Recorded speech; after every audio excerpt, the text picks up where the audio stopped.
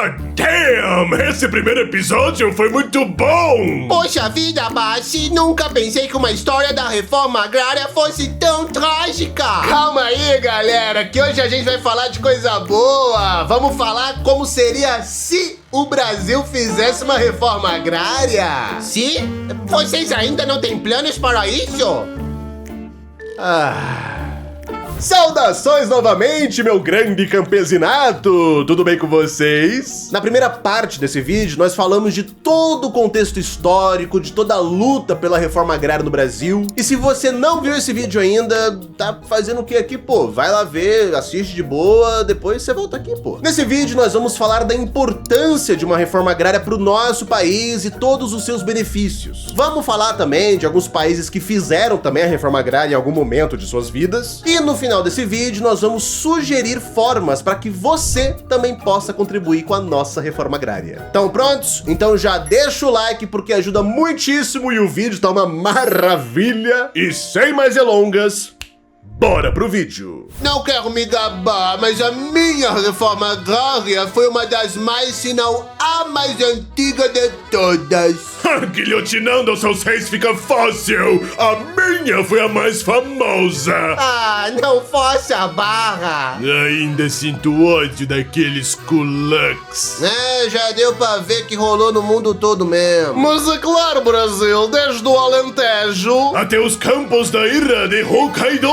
E não se esqueça do continente africano! Você tá falando de reforma agrária? Eu acabo de começar a minha! Peraí, Colômbia, tu tá fazendo reforma agrária agora? Claro! Mientras ves esse vídeo, já he distribuído miles de hectares de terra! Abraça tu potencial, Brasil! A primeira coisa que muita gente pensa na hora de ouvir a palavra reforma agrária é a seguinte coisa: ah, isso é coisa de comunista! Os comunistas querem distribuir a terra, tá ok? De fato, países que passaram por revoluções e que são socialistas até hoje passaram sim por uma reforma agrária. Cuba, China, Vietnã, Laos, Coreia do Norte, todos eles sim fizeram reforma agrária. Só que veja, isso não é uma exclusividade dos comunas. A Coreia do Norte fez reforma agrária, mas a Coreia do Sul também. O Japão fez, as Filipinas fizeram, os Estados Unidos, a França, a Alemanha, Portugal. Aí você tem África do Sul, Angola, Moçambique, Guiné-Bissau, Cabo Verde, São Tomé e Príncipe. Pô, a Colômbia, que é o nosso vizinho, começou a fazer a sua reforma agrária faz pouquíssimo tempo. É quase uma regra que todo país, em algum grau, tenha que passar por algum tipo de reforma agrária. E a gente aqui?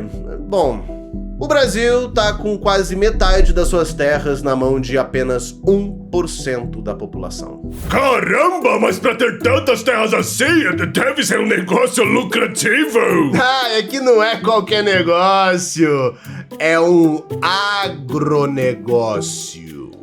Ó, não tem como falar de reforma agrária no Brasil sem apontar o principal antagônico de toda essa história, que é o agronegócio. Esses aí vão entrar no Congresso ali pelos anos 90 com a criação da Frente Parlamentar Agropecuária, que hoje é conhecida como a Bancada Ruralista. Óbvio que essa ideia não nasceu nos anos 90. A lógica de concentração de terras é datada, meu amigo, desde o Império Brasileiro. Muito impulsionado com a lei de terras, com a política do café com leite durante a República. A gente falou tudo isso no vídeo anterior. Nós não estamos falando de um mero setor bilionário do Brasil. Estamos falando da maior força política do Brasil, e isso aqui não é exagero. Para vocês terem uma noção, o maior latifundiário hoje do Brasil é o Rubens Ometo, dono da Cosan. Esse cara sozinho, durante as eleições de 2024, doou uma bagatela de 17,2 milhões de reais para candidaturas municipais. Pô, se uma única pessoa tem esse poder, imagina o agronegócio inteiro fazendo isso. Das 513 cadeiras hoje no Congresso, mais de 300 são do agronegócio. E se depender dessa turma aí, reforma agrária vai entrar pra mitologia brasileira. Ora, mas veja pelo lado bom, Brasil! Eita, e tem lado bom nessa história? Se parar pra pensar, eles representam grande parte de seu PIB, não é? Esse agrobusiness também investe em modernidade, empregos E eu gostaria que tudo isso fosse o caso, meu querido.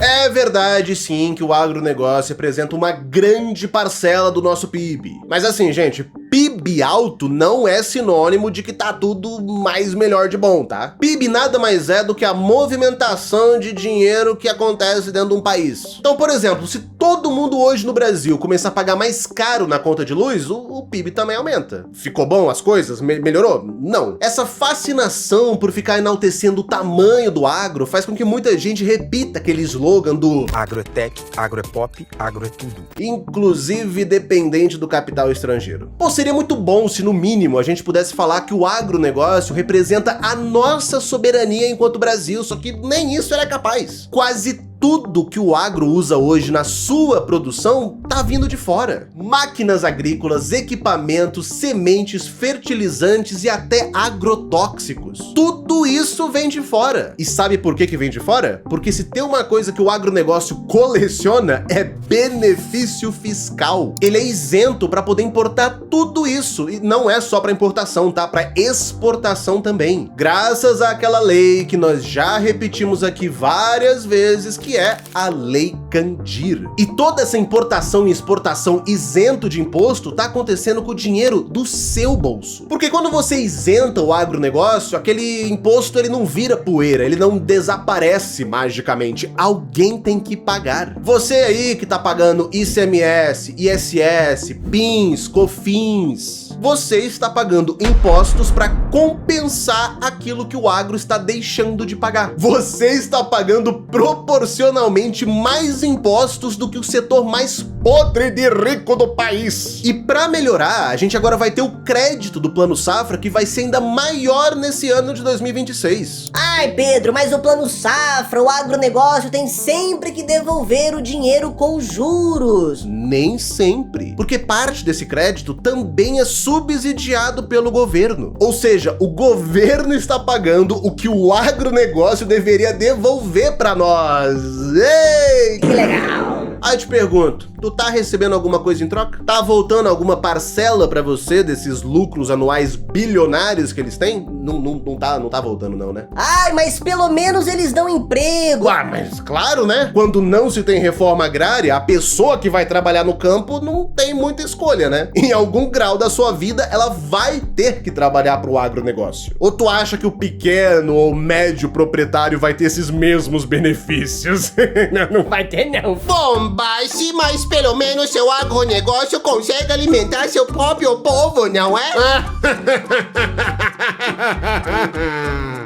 Você já deve ter ouvido falar que o agronegócio alimenta o mundo, né? E, pô, na moral, é verdade. O agro exporta quantidades capazes de alimentar até 1 bilhão de pessoas. Tá, mas então o que acontece no Brasil? Pô, a gente tem pessoas passando fome ou com algum grau de insuficiência alimentar, sem falar que muitas vezes os nossos próprios produtos estão muito caros no mercado. Como que isso acontece sendo que o agro exporta para 1 bilhão de pessoas? Por isso. Porque ele exporta. O agronegócio não tem interesse de atender o nosso mercado interno, em atender a nossa demanda. A maior parte da produção do agro é exportada porque é mais lucrativo. E aí o que sobra pra gente aqui no Brasil, nos nossos mercados, não só é de menor qualidade, como a oferta também é menor, o que faz, obviamente, com que os preços aumentem. Não é à toa que quando a gente teve as tarifas do Trump aqui no Brasil, o agronegócio foi obrigado a vender dentro do nosso próprio mercado. O café e a carne ficaram mais baratos porque começaram a vender dentro do Brasil. Percebeu o padrão? O interesse do agronegócio não é de atender a nossa soberania, aos nossos interesses nacionais. O objetivo é puro e simplesmente lucro. Não é possível! Alguma coisa boa tem que vir com esse agrobusiness! Ih, mas esse aí tá procurando pelo em ovo, hein? Mas enquanto a indústria, se for para exportar alimentos que sejam industrializados. Tu sabe disso melhor que eu, China. Tu compra meus commodities adoidado, pô. Essa coisa aí, palavra indústria, pô, não deve estar nem no dicionário dos caras. É impressão minha ou você ainda está vivendo no feudalismo? Ah, não, Daher, você não vai falar que o agronegócio contribui pra falta de indústrias no Brasil, né?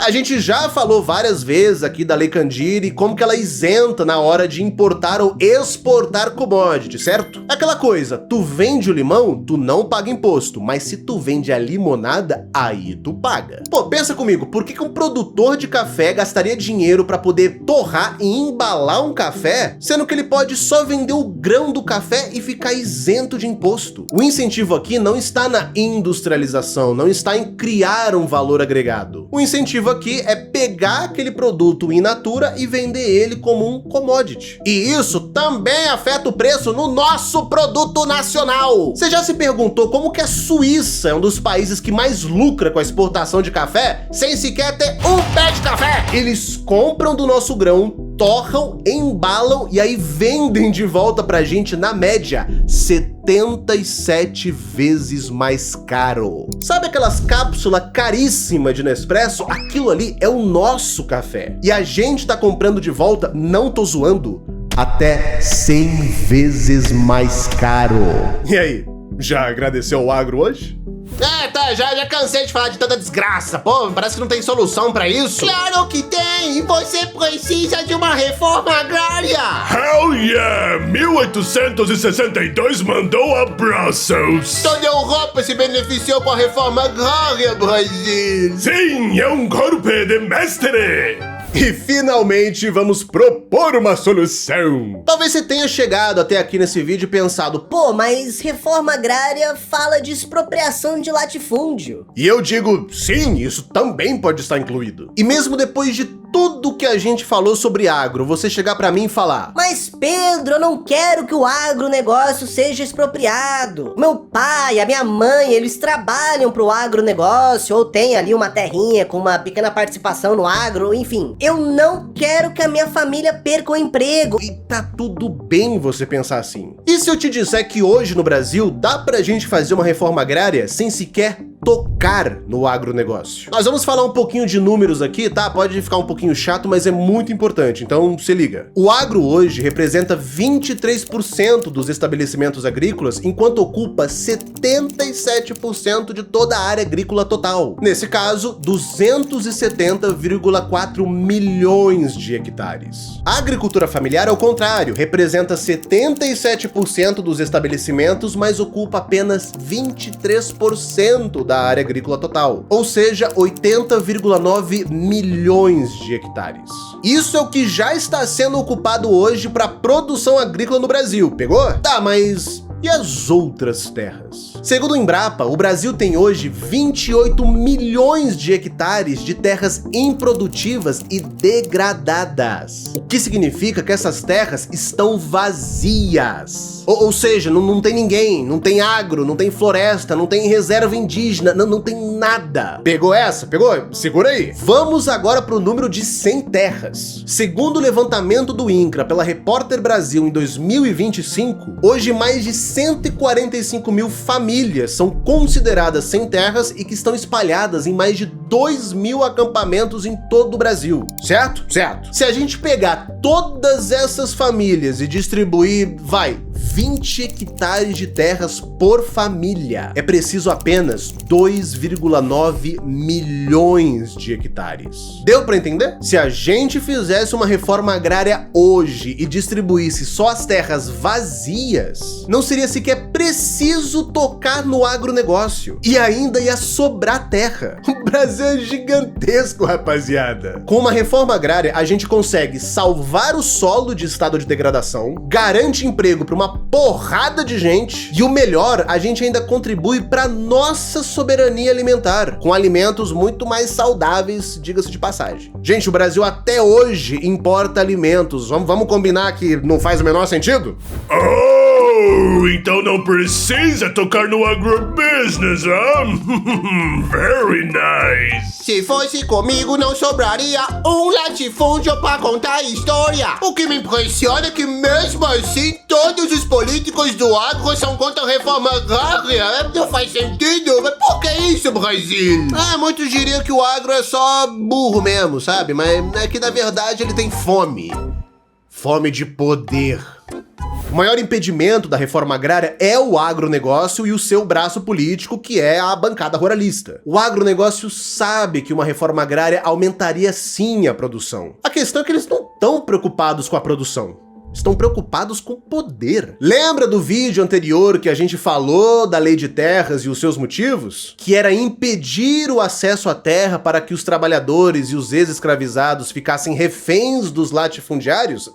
Então, hoje quase 30 milhões de pessoas trabalham para o agronegócio. Uma reforma agrária tiraria a dependência dessas pessoas de trabalharem exclusivamente para o agro. Imagina um pequeno agricultor trabalhando num latifúndio vendo toda a reforma agrária acontecendo. Aí vai lá e pensa, pô, também queria uma terrinha para mim. Com isso, o agronegócio teria que competir com a agricultura familiar. Se a terra distribuída passasse a oferecer mais autonomia, melhores condições, melhores salários, o agro teria que correr atrás do prejuízo. Teria que alavancar a qualidade do espaço de trabalho, de mais direitos trabalhistas, de melhores salários. Tudo isso para manter o seu modelo ainda atrativo e relevante. Vocês acham que o agronegócio quer se preocupar com uma coisa dessa? Um outro motivo também é o rentismo. Isso aqui agora é pra ficar pistola mesmo. Muitos grandes empresários compram milhares de hectares e deixam eles vazios de propósito. Tudo pra fazer uma especulação imobiliária e ganhar dinheiro em cima de uma terra vazia que deveria estar sendo usada pro plantio. A nossa elite brasileira funciona como rentista e não como um empresário produtivo. Aí eu te pergunto, o que é melhor pra você? Um latifúndio inteiro parado, fazendo especulação imobiliária em cima, ou uma terra que está ocupada servindo para produção? Hein? E um outro motivo, e aqui talvez o pior pesadelo pro agro. Lembra do que foi as ligas camponesas com Francisco Julião virando deputado e tudo mais? Você lembra disso? Tá no vídeo anterior, vai lá ver.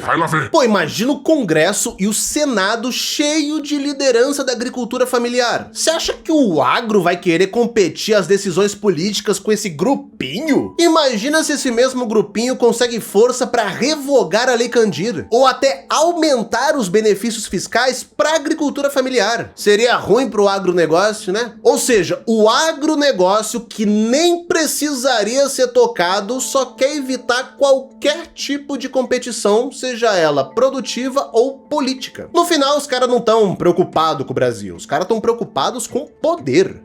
E, claro, né, grana. Muita grana. Ah, tá explicado porque eles odeiam tanto aquela galera do MST, não é? O MST pra essa galera aí é o próprio capeta. Como é que você lida com isso aí? Isso o quê? Ué, você não tem tipo um MST chinês? O quê? Não, por que eu teria? Nem faz sentido.